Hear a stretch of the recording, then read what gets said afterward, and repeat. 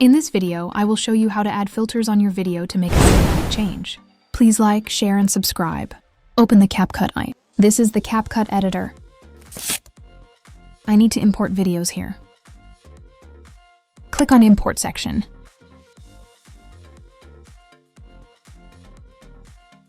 And then I bring it to in the timeline. Then from here, the top bar, choose the filters. Scroll down. Add this one. And then I will extend these filters until this video. So how it looks, intensity, you can reduce from here. I want to add one more.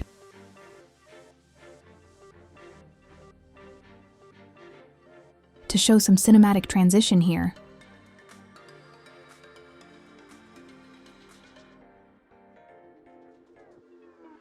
And then export. The file in your desired location.